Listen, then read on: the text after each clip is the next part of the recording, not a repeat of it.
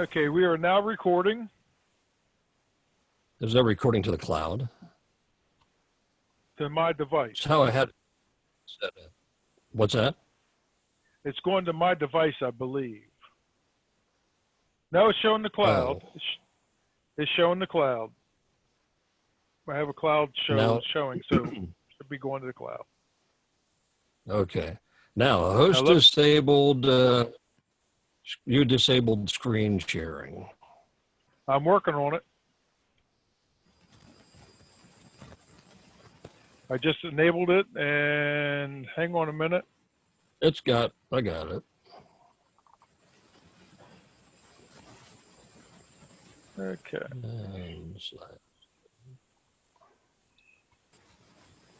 Now I need to find something else. I went through this last time. Every time I go to share it, I disappear. All the slideshow.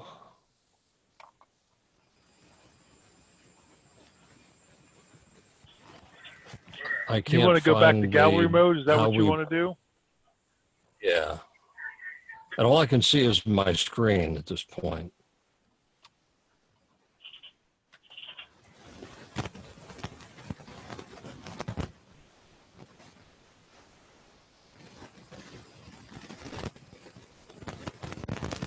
Okay, I see your screen as well. You see what? Expectations. Blue background, white lettering. There we go. Yeah, now I don't. Can you also see that I have something up that shows the participants, or do you just see the slideshow? Just a slideshow. That's the way it should be. Okay, we went over before how to pretty much everything about a net, except for a couple of things. Now I'm starting here where we left off last time. Expectations when you're running a net. You can reasonably expect trained net members to do the following: report to the NCS promptly when they become available, and ask clearance from the national or the net control station before using the frequency, and answer promptly when they're called by the NCS. Use tactical signs when necessary and follow established protocol. However, there's more. And you keep in mind that you're dealing with volunteers and they just don't always listen and act the way you think they should. And you're trying to get cooperation. The best way is to enlist cooperation of the net. You got to explain it in a straightforward manner and get people a little bit of training, which is what we're doing here. And when you run an net, you're going to run into all kind of people. And that's what we're going to start with here now. You don't criticize somebody on the air. It's better to lead by an example and produce better results. And how do you do that? Well, it starts with the preamble. I had a question from one of the members here over the week. Do we need a preamble? Yeah, you do. And many groups open and close their nets with a standard script. And we do that on most of the nets that I'm involved in. Actually, all of them. Some of the text was written by someone else, some by me, and so forth. And the text of the scripts lets the listeners know the purpose of the net and the format of it, whether it's formal, informal, etc. And using a standard script also ensures that the net will be run in a similar format each and every time that it operates, regardless of who is acting as the net control station. Instructions of that. When you go to a directed format, you should be prepared to give the net instructions or directives. And when you do that, be specific, writing exactly what information you want to be passed in your net and how you want it to be passed when you're making a preamble. Listen to other net controllers and pick up little things that they do. That's a good idea. Net instructions are very important to you and to the participants. And whatever your instructions are, write them down. And that's part of having the preamble. And in that, you have your instructions. And this is assuming that you're starting from scratch and you don't have a preamble to begin with. You need to be able to refer to them for updates and as a personal reminder as to what your last told them to do, and for repeats of instructions as needed. Why would you repeat them? Well, we'll get into that too. Net instructions and weather nets. In this course, that's hit pretty hard. The net instructions are extremely important in weather nets because you must be very firm and specific about what you want to have reported. If you don't, you'll get things like, well, the sun's shining and the flash to boom ratio is about a half a second and there's dewdrops on the grass. You don't want to know that. That doesn't mean anything to anybody.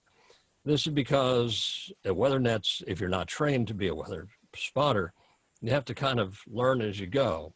It's really good to get the weather spotting course and take it. And some of us had a refresher on that not too long ago.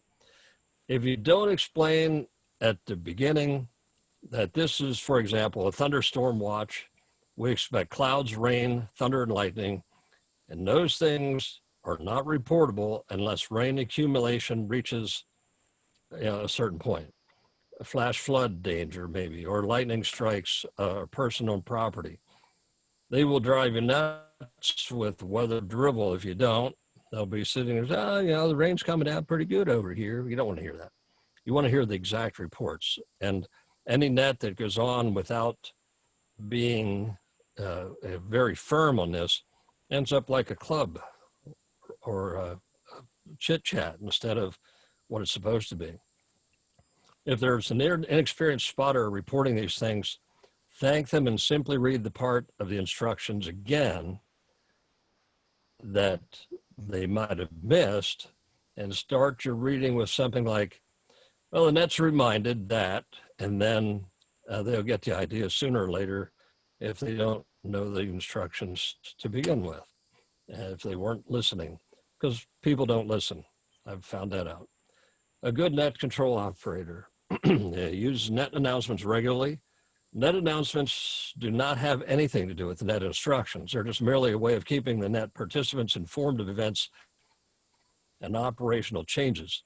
Net announcements keep them reminded, interested, and awake and on frequency. And some of the things you can put into your announcements. Can you tell I wrote this not too long ago? Safety reminders, reminding them to be safe out there in the weather or whatever they're doing. If it's near a fire or whatever, stay away from it, all that. It's good to remind them that. And these announcements also, besides serving a purpose of informing, they also keep the net active. You've heard sometimes probably you think the repeater is not in a net mode and not covering a problem. And you get on to talk and somebody will come on and say, hey, there's a net in operation now. How was I supposed to know that? You didn't hear anything. That's where these come in handy. What else can you do? Current events regarding the emergency. Be careful not to air exact locations of casualty occurrences, and that's very important, or the known names of casualties. Can you imagine you're here giving a thing and say, oh, well, George Smith was hit by lightning and we think he's okay, but he lost an arm.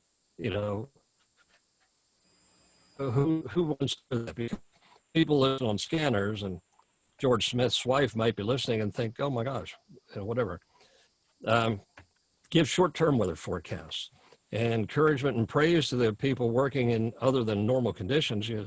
Hey, Bob, you're doing real good out there in that 3 feet of water you're staying, whatever it may be.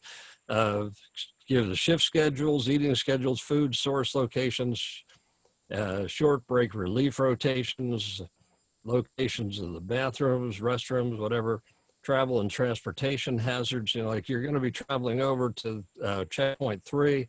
Be careful, the bridge could be out and there's water in the road, so don't drive through it, kind of things like that.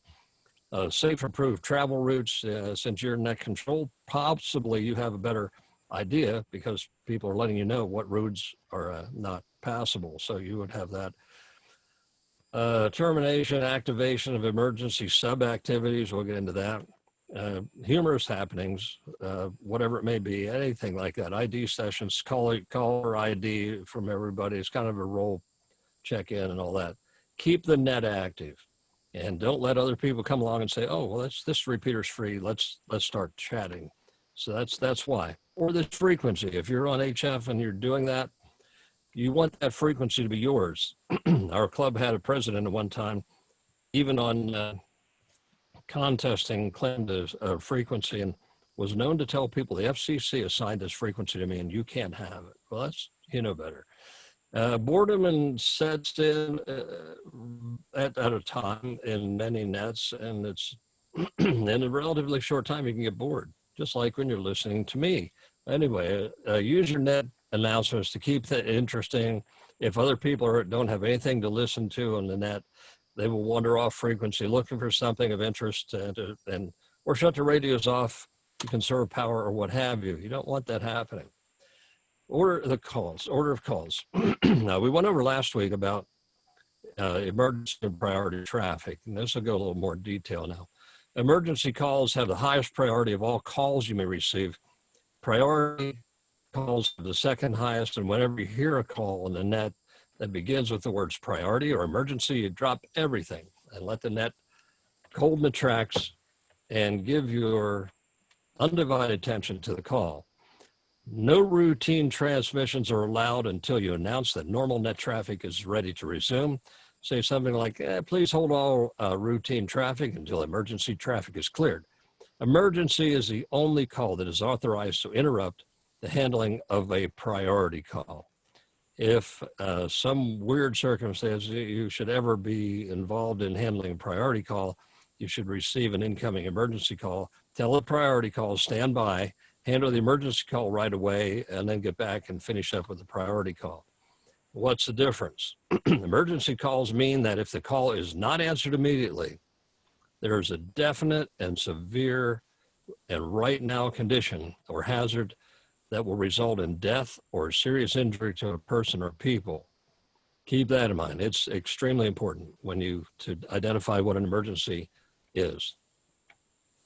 Priority calls mean that the call is not, if it's not answered quickly, a possible and probable hazard condition would exist or is developing, or it could or might or may result in loss of life, injury, and people and damage. If you see, a weather change, for example, or some incident that is going to happen, that's priority. Go direct is another term that you need to be very aware of. These requests can be very valuable tool there. They can save a lot of valuable airtime. Instead of saying, the control, I'd like to talk to checkpoint 3. Checkpoint 3 is net control. Would you like to talk to whatever?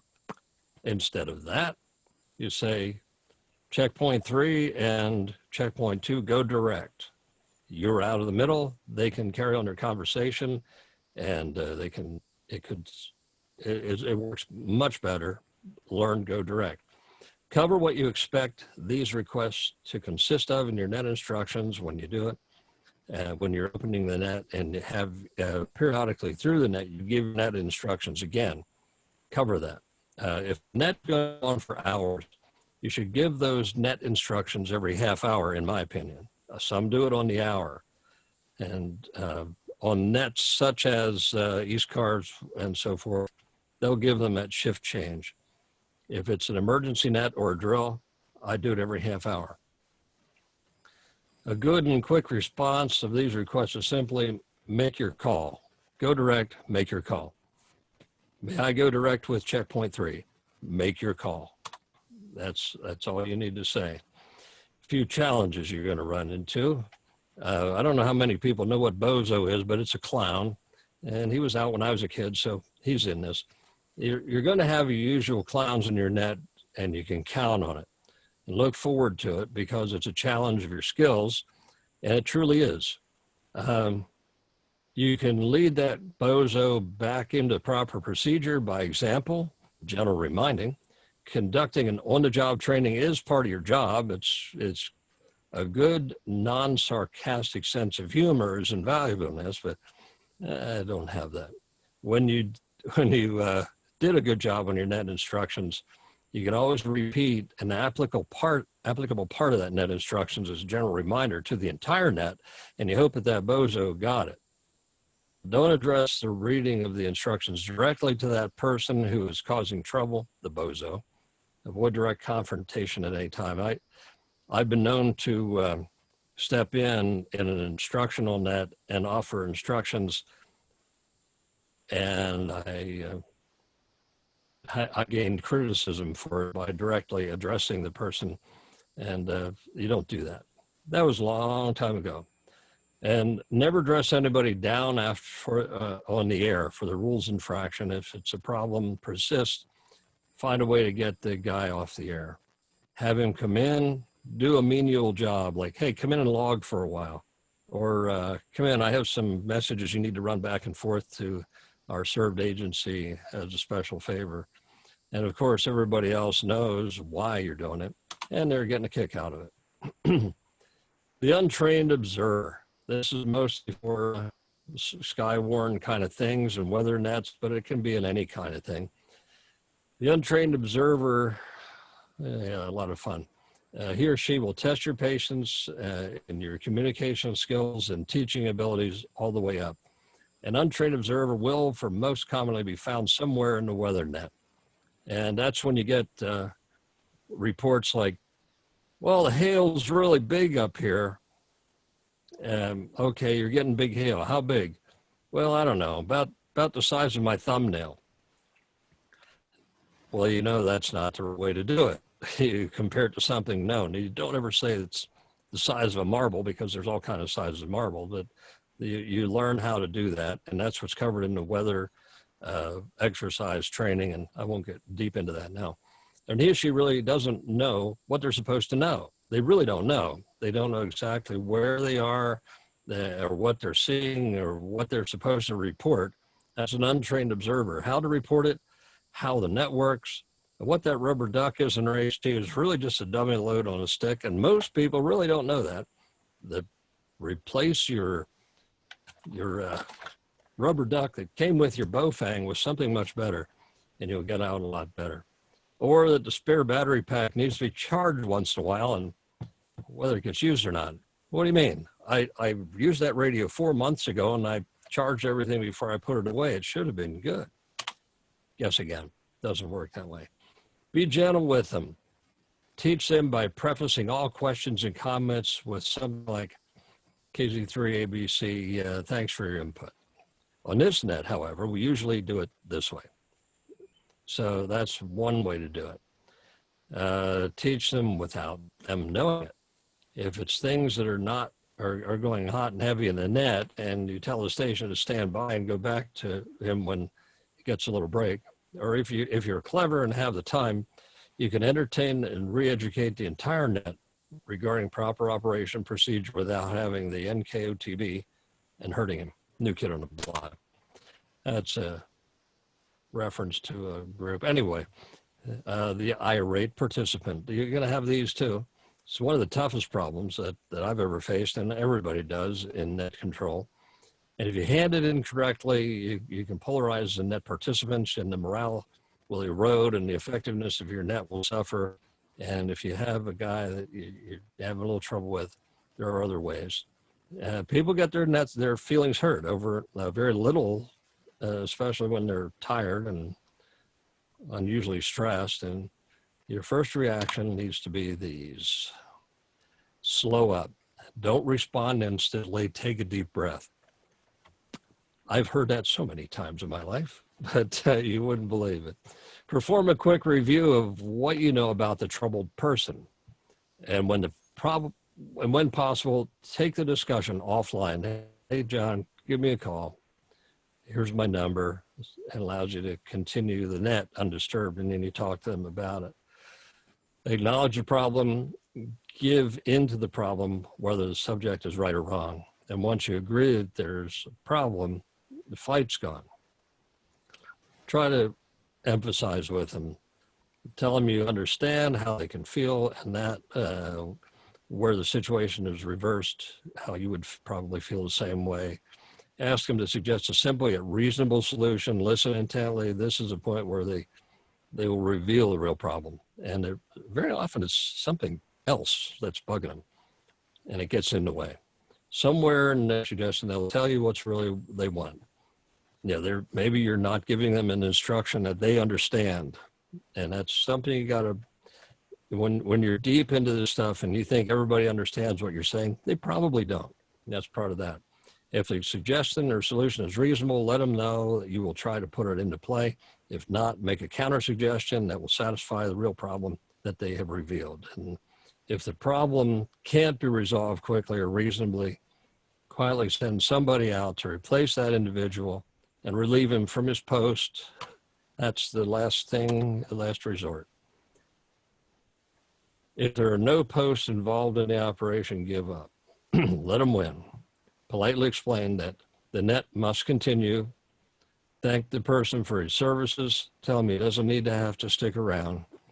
And you've tried to solve the problem reasonably. He refused. He wins the fight. You won the battle because he's out of your hair.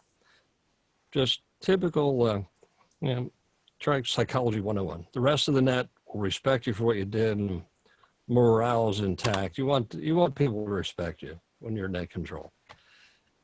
Here's something that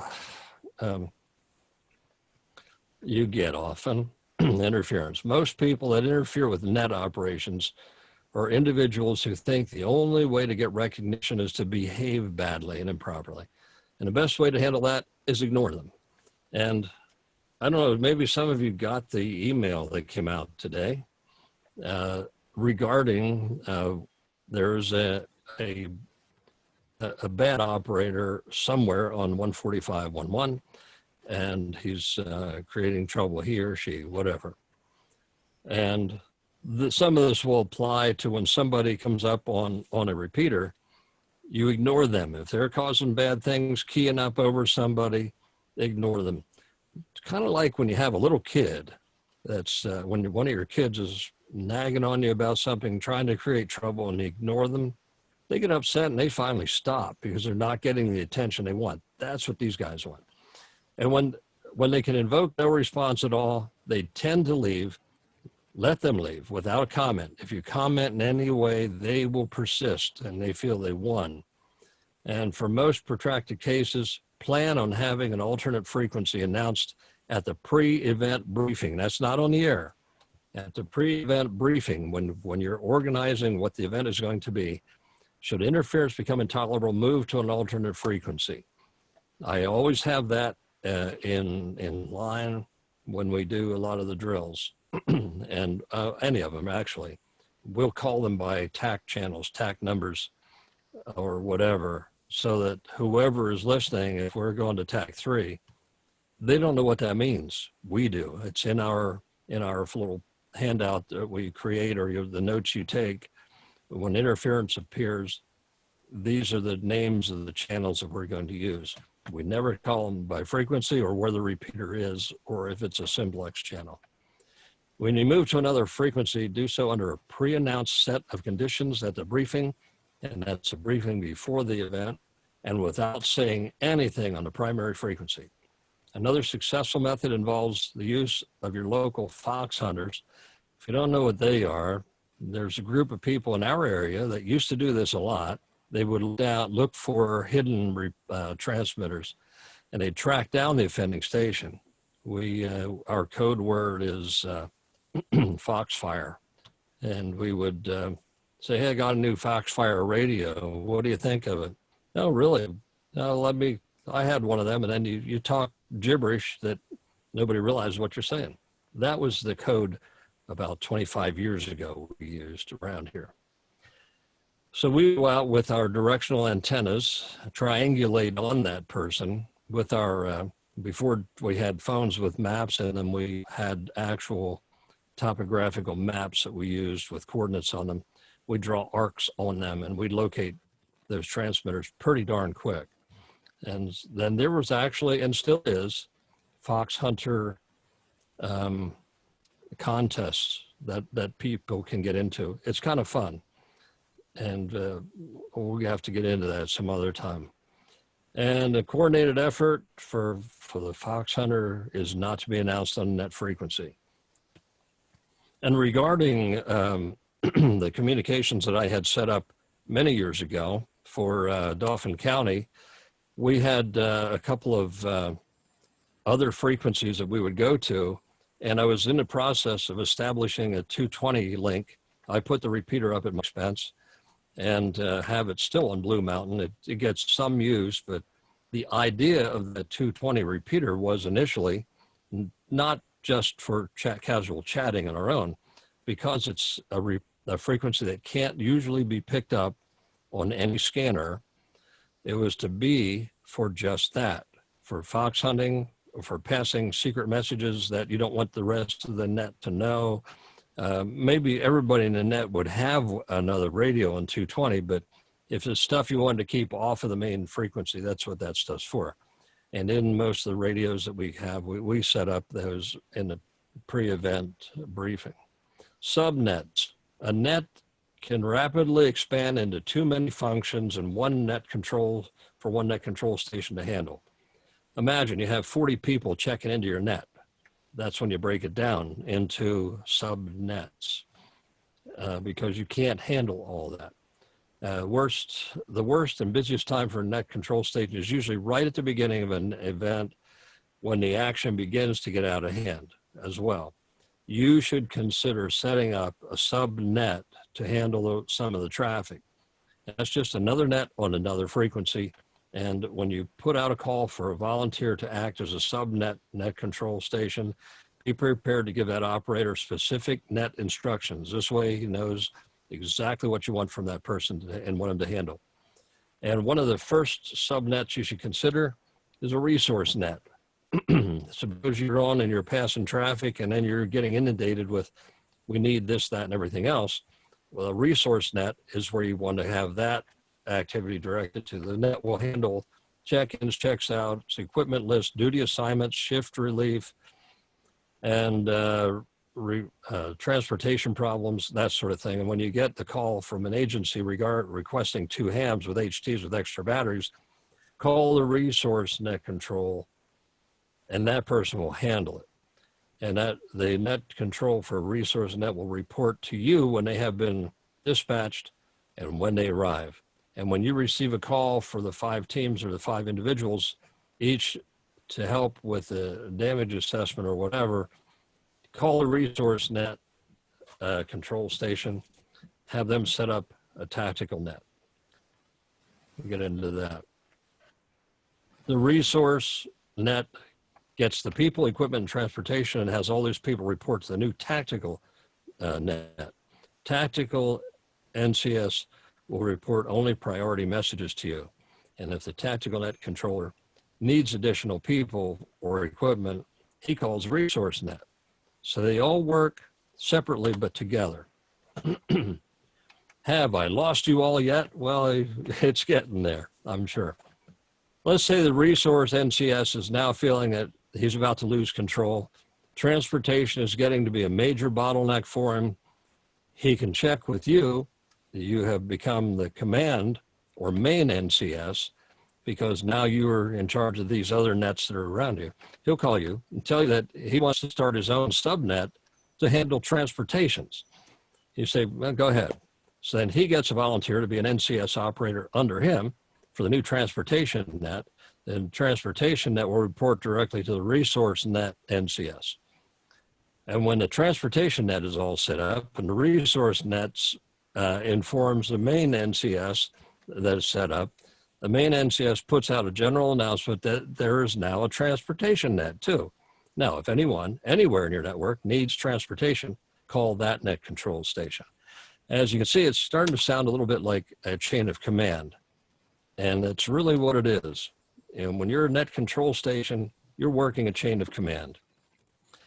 Now, some of these you're going to say, when will we ever do that? Well, you never know. I mean, we have floods that come through the area. Rarely a tornado or a hurricane causes enough damage to be warranted, but it can, and it has. And I've I've been through a few of them, but you know, that's why you need to know these kind of things, how to break it down. And I encourage you to get the video and watch it a couple times to get through some of this to understand it. Now, liaison and relay stations. Liaison stations are important in many nets, especially, excuse me, large-scale nets, or those that spread over a wide area. And they're invaluable in a net that is serving still different agencies, where it's a county, state, and FEMA, or whether it's different agencies like Red Cross and Salvation Army, et cetera.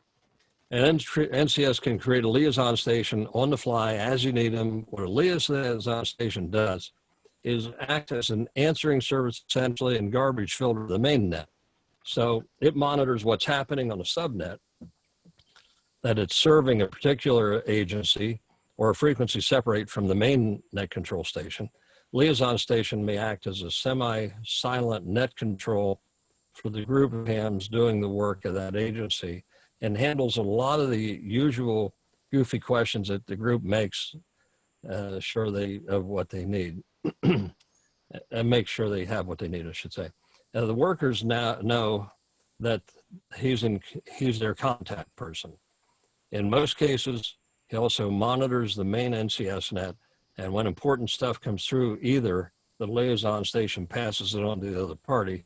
The entire process is designed to lighten the load of the main NCS instead of constant and confusing chatter from 30 to 100 hams. The NCS is dealing with 5 or 6 liaison stations. It sure cleans up the air and makes it easier. The use of various tone encoding schemes in the main NCS can significantly reduce chatter for the liaison stations as well. Now, as they're listening and you want to reach them, it's a little pain to do that, but have different tones or whatever to key their radio so they don't hear everything. Can be done. How do you do that if you're using a repeater?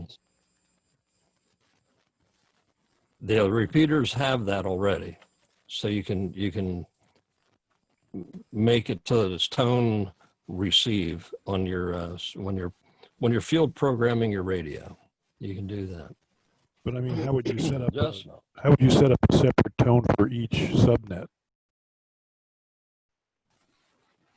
That could be a little bit cumbersome to do that. That would have to have been on a simplex channel or something like that. You would have to program several channels with different tones, and that would definitely not work well on a repeater, because you would need that. The repeater won't pass what it does on here.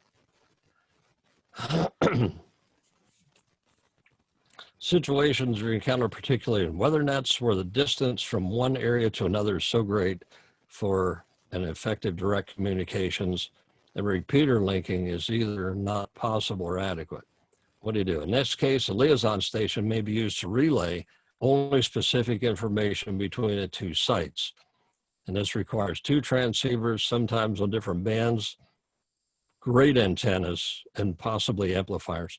Now, imagine, we get a wide scale thing and we have people checking in from Lancaster and even beyond, or any other direction. You're going to have to hear a couple different repeaters or frequencies to be able to handle it. And that's going to take a little extra skills too, and going to have to be well trained, and a simpler method is often used. The liaison station may just monitor repeater activity and report the approximate information for the second site by way of telephone. Yes, telephones you can use as long as you're not in a situation where telephones aren't going to work. And very often now with cell phones, if that's all you have, in emergencies, they're overwhelmed. Because of the fascination with radios, hams often overlook the value of a working phone. Back in the days when they were twisted pair, that was probably pretty much easier than it is now. But yeah, use a phone if you can. While not a regular net position, a relay station is one that passes messages between two stations on the net that can't hear each other. Relay stations are generally designed by NCS as needed basis. And if you listen to a lot of it more so on HF and on simplex, if you're beyond the reach of a person and somebody in the middle can hear them, they're going to relay. And the relay stations are most often found on HF nets as propagation and interference vary from one location to the next. You can start out and you can hear them, and the conditions change, they fade away, yet their signal's hitting somewhere. Instead of being the closest, they could be pretty far away and still hear that station and hear both of you. They can be the relay. And in the case of simplex operation during emergency and repeaters are unavailable, relay stations may be positioned to provide coverage in an area. And we've often stuck them on top of mountains and had relays that way. Anything that works to get a signal across. Now, the incident command system, and this is how important it is. And you've all taken the classes, or you are, and the online courses for the incident command system. Here's why you need it. If you understand the subnet process, and now you understand the basics of the incident command system, there's no more mystery about the ICS. The only difference between what was just described here and the ICS is that the ICS, Incident Command System, has automatic overload prevention. In other words, the ICS has a defined change of command and authority, and it's designed to automatically split big and growing tasks into smaller specialized tasks before the whole thing gets so big that one person or group can't control it. It uses something called a span of control to trigger automatic split. As soon as the leader is faced with more than 5 to 7 people or agencies reporting to him, it splits, and some of those people or agencies begin to report to someone else with authority to handle their problems. Police and fire departments are heavy users of the ICS, and you can hear that when you're listening to an incident happening live on your scanner. You can hear them split up and take care of that. Red Cross has its own version of it, of the ICS. Hams get confused when a served agency or authority suddenly tells them to begin reporting to what appears to be another agency or division of an agency, but just do it. The ICS has split. Now you have a new boss. No big deal. Just inform your own NCS of what's going on. He probably already knows, and keep doing what you've been doing, just reporting to a new boss. So that's the end of what I got today. And that I'm sorry for the delay getting up and moving, because internet problems are an issue here with me. And I think what's happening now, there's a ground heating, and just like all radio signals, the weather changes can change, and the radio signals that are coming from, in my case, a cell tower, it's 10 miles away, it gets lost. And I think that was some of what was going on too. Any thoughts or questions from everything that I kind of went through kind of quick? I have a question, Terry. Dave Dormer. Dave Dormer, go ahead. I missed a piece when you were talking about in the net control does some type of an update every hour, but you personally do it every half hour. Would you repeat that little piece for me? Yeah. You give you instructions and do an introduction again, like you do when you start. Your maybe not your whole preamble, but your net instructions. And that's what you should go over about every 30 minutes. If you have a running a net where you're going to have a lot of people that are coming and going and probably aren't paying attention, and new people come in, it's good to let them know what's going on. Okay. Did that answer that? Okay. Yes, and it also sounds like a good filler for when there's a dead spot during a net and you need a filler too, would be a good time to do that. That's right. Good. That's a good point. That's better than jibber jabber. So yes. Anybody else? Do we have alternate Anybody else? frequencies or repeaters? Yes, we do.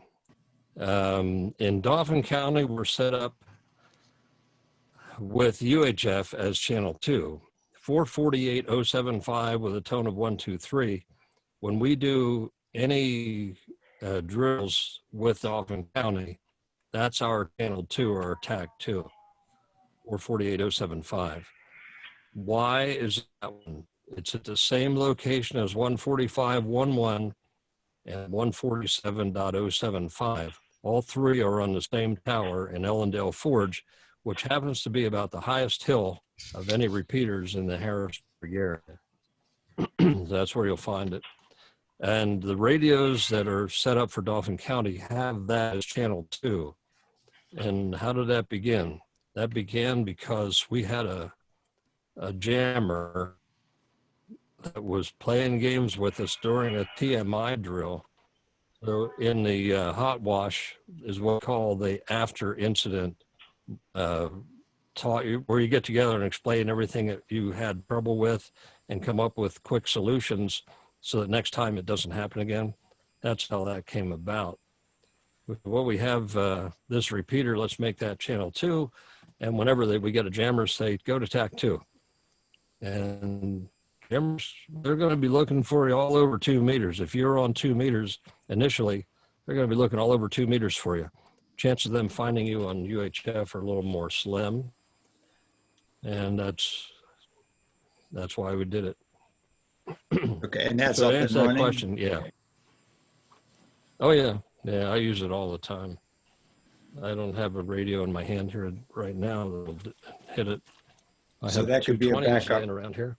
That could be a backup channel for the drill this Saturday if the 1-1 aggravator should happen to show up. Yep, that's exactly where you should go. And the Right. coverage of it is just as good. Very All right. I would pretty much, I would count on that guy coming around on Saturday and creating trouble. Terry, Dan, So, yeah, go ahead. is there another repeater that is not physically at Ellendale Forge in case there is an issue up there? Another repeater that would be like a tertiary backup. Yeah, we have several in the system, including 145.29, 145.47, and 7.6 as the last resort right now until the issue is fixed. They're all the Dauphin County primaries. Is there a pecking order to that? I mean, like if there's a Well, problem at it goes Ellendale from, Forge, you can't get on the radio and say, "Hey, we're having a problem. Go to repeater X." If you can't reach any of the repeaters on Ellendale, where would be the place to go? well, the next one would be Blue Mountain. And the ones on Blue are the 2.9, the 4.7, the 444.45 is there. There's a UHF one there. Unless they moved that. They were talking about moving it to Reesers. But even so, that would be one to use. Okay, is there a pecking When order you get to further those north, mentioned? I don't recall what it is, but we had the radios programmed in that order. But I believe it would have been 1.1, 48075. Then since we have Pima now using 147.075, that was the third one. So I would say in its place, I'd say 4.7 and then 2.9, or the in the order because of their coverage. They keep moving, antennas and stuff around, but anything on Blue covers Harrisburg like a blanket. So those would be the ones. That'd be the order I'd go in. Very good, thank you. What I need to do when I set up the programming for the county radios, I will have to go through it and make that determination and make the assignments. And then when you have a lot of cables and a couple of other people do, then we can get those programmed. Yep, ready to go. Okay. Anybody else? Terry, this is Zach, W3ZTB. Okay. Hi, Zach. Go ahead. Hey, how's it going? Kind of following on that, one thing that I know that would be of interest, and I think document this information and try to publish it somewhere, and all these files and other documents that everyone needs to be able to reference at any time. I know right now we have groups.io, which you can upload files, but I'm open to ideas as to, some type of common area where that's accessible to everyone and doesn't require you to have a social media account or a private, company account just to distribute that information. And stuff gets lost in email. You mean so. like a website? Yeah. Like I mean, a website? Yeah, a website would be good. Although there may be some materials we want to not publish publicly or easily accessible to the public necessarily. But yeah, either a web server, your website, or some other resource I think would be good. So if anyone has any ideas or wants to help document some of these this information, like which repeaters we use and all that would be helpful. Would a Google Doc All right. Would a Google document be a good way to do that, or set up a folder where only people had access to it?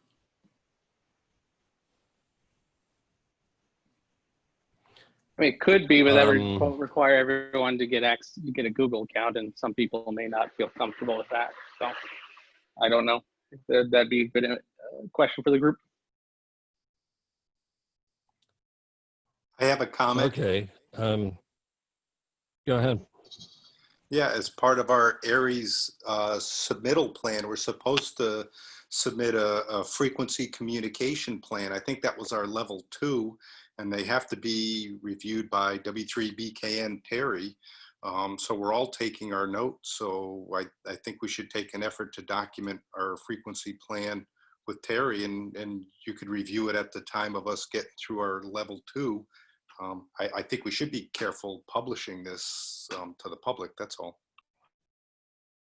Yeah, the thing is, if you let everybody know what frequency is, channel 2, etc., it's kind of no good, because anybody can get a hold of those things.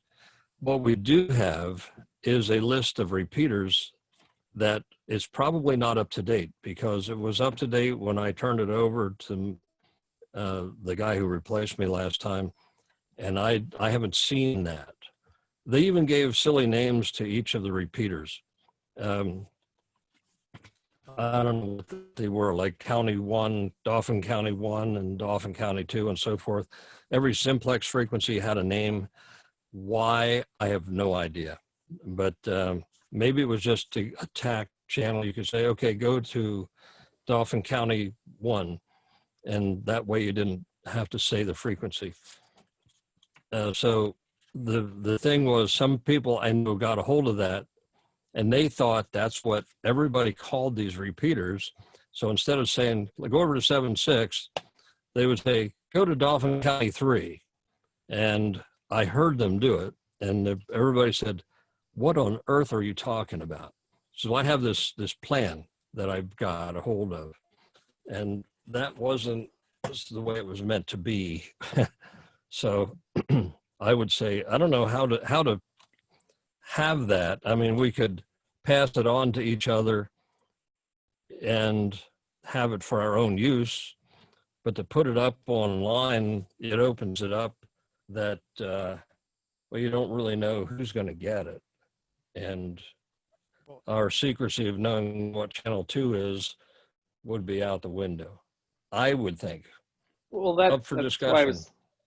That's why I was more suggesting kind of a closed system where you can, you're the coordinator, so you ultimately can, in a way, have a say in who's officially a part of the group and who's not. but whether it's a Google Docs or groups.io or something, you can say you have access to the system and others don't. And then you just keep those documents. So if you need to reference kind of our rolling our SOPs on which repeaters are in use and whatever, then it's not I'd public, agree with but it's Zach. still usable.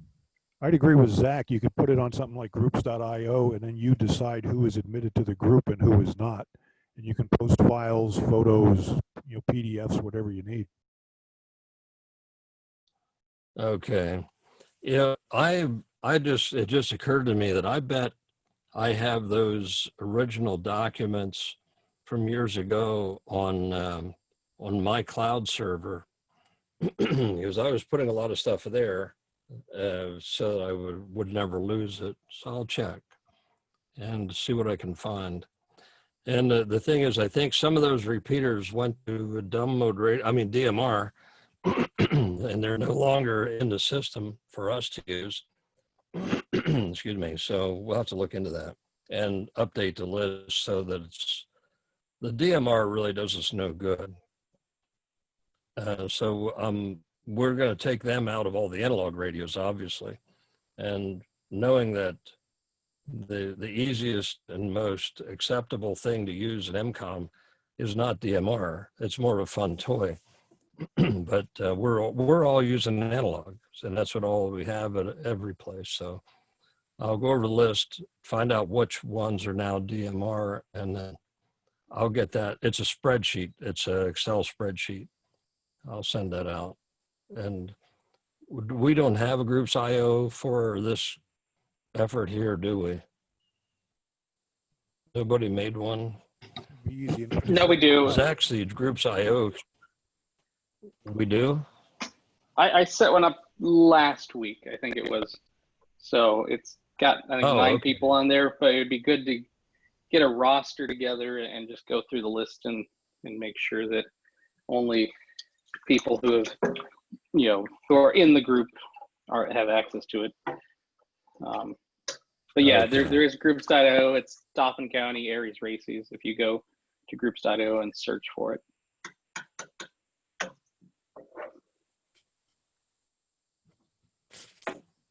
Okay, I'll check for that. All right. Well, I'll find that frequency chart that we used and find out what's changed. I'm going to have to listen, I guess, to hear which ones are DMR, but they're rarely up, so you don't know. But I'll get a list from from Gary Blacksmith. Pretty sure he could handle that. Anybody else with anything? Or did we cover it all?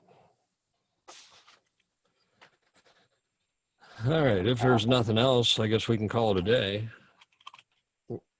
Terry, I've got one other thing if no one else has anything. Go ahead, Zach. Sorry, I'm also doing the dishes. Go ahead, Zach. Okay. I just,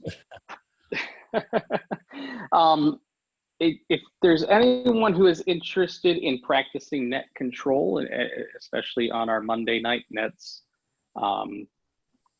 please reach out to me, w3ztb1@gmail.com. Terry's asked if I could just help him manage the scheduling of that, just so that he has one less thing on his plate. So if, ultimately we all should get familiar with net control and practice that. And I have kids, and so I can't do it every week. So yeah, definitely need more people in the roster. So please let me know, and we'll get you in the rotation for, there's both the information net at 7 p.m. There's a Skywarn training net at 7:30, and there's even been some talks about maybe starting up a few other practice and training type nets throughout the week if there's interest in digital modes or other topics as well.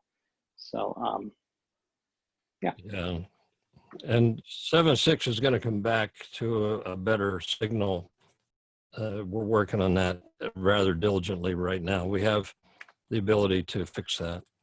So that may end up being used for a lot of them too. And I know Skywarn gang is looking for people to become net control operators. I guess Dave is looking at, he wants to let other people in on it. And your training here, go over the videos and everything that we've done, is really what you need to get in. And they are somewhat loose formed. It'd be good training. Listen to them, see how it goes. The nets that we're running, good way to get your feet wet. So I would suggest that. Anybody Good else have idea. anything? All right. So we're Terry, yeah, Dave. this is thinking off the top of my head right now. We have field day coming up, and at some point we want to check out equipment and that. You can turn that into a training exercise as well. That's a good idea. Where's my calendar? How soon is field day? Oh, I know. I can't look at my 27th, calendar. 28th. It's over in the window. So we have a couple of weeks. About 30 days away. It would be a good idea, speaking of field day, to get together and see what we have. I've gotten word from a couple of other groups of people and clubs that want to come over and be part of it. Barry's Mountain Club up north of me, north of me here a little bit. They have a trailer. They said, can we bring that along? We have everything in it. I said, sure. We'll find a place to park you. And I said, it'd be cool if you guys could stay overnight and run the station, all that overnight. They said, we're going to see what they can do about that. But the idea of field day is it's a 24-hour run. And I would like to get, I know all the radios work, but I guess we should go over what we have, look at what we have, make a plan for what we want to do, and then let the other clubs fit in. And it's a good training thing to just go through it and understand what all the equipment is. And there's a group from Perry County that's coming over. Do I have that right, Josh? Yeah, there's a Josh group. is muted. There's a group that's starting in Perry County. I'm assuming they'll try and come over, but I didn't hear anything definite. They did start a net on your Newport computer. Yeah, that's Tuesday nights, right? Correct, at 7 o'clock. Yeah. If anybody wants to check into that, I'm sure they'd welcome anybody. 444.55 with the tone of 123. That repeater's got some great coverage. It's something you should look into. Yeah, right now Perry County is just trying to get a group of people that want to get together and in hopes that it'll eventually start a club with an official president, treasurer, and so forth. Cool. Very good idea. Very good idea. What was the frequency in again? 444.55. With a tone of 123. Yeah, tone is 123.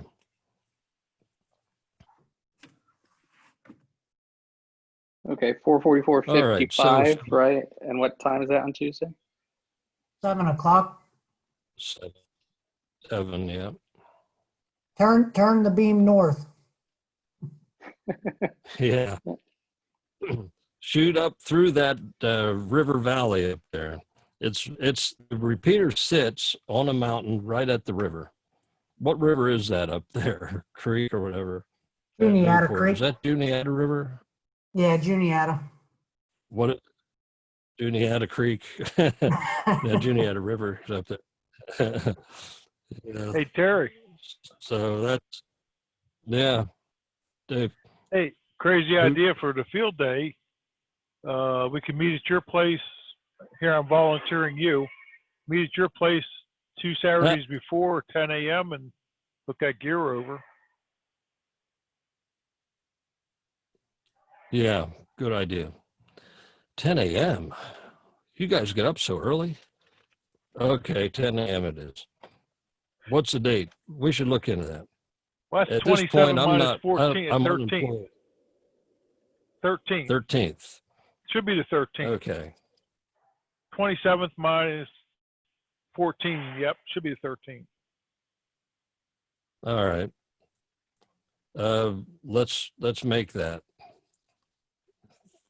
And because the only thing I got going Friday night is a jam session with a bunch of other guitar players, and I end that at 10:30, and I'm home in bed in time. I could get up by 10 in the morning. That would work out for me. All right. You come out in your pajamas, we'll give you coffee. Yeah, there you go. All right. Move that down and pass that out in the newsletters or whatever emails we're sending out these days. If anybody wants to help get the equipment together, there's a lot of it I have to get out of the storage unit and load that into the trailer and bring it up here so it's here. So heavy lifting. Sure, why not? But I'll get that stuff up here. I'll volunteer to help you get it All up. right. Okay. I'll take up on that. It's in Dauphin at the storage, and it is a bit wholesome to come up into the trailer without help. Okay. Anything Sounds else? good. Anybody? All right. I don't have an end button on mine. I have a leave button on mine now, since I'm no longer in control. Thanks to, let's see. I realized there is a chat forum going on here that I didn't see before. Is what near Lancaster? I don't know what that was from. Yeah, 3 chats. I just see that too. Okay, one Yeah. guy. I don't know what. Oh, that was Zach that said that. Is there anything I need to address here? Guess not. All right. I guess we're done. So Okay, I'll see you all. everybody. Thanks for coming. Sorry. I'll try to get my internet problems realized next time before we get on. We'll see you. Thank you, Terry. Thank See you you. all in 2 Thank weeks. you. Bye-bye. Thank you, Terry. Thanks, Thank Dave. you. Good night. Thanks, Terry. Have a good night. Thanks. Good night, Elizabeth. Good night, John boy. Okay, and they're checking out one at a time.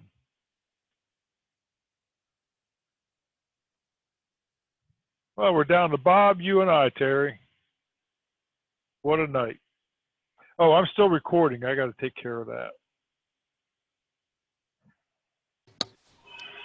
I thought I left already, but apparently I didn't. Okay, I'm going to stop the recording for tonight.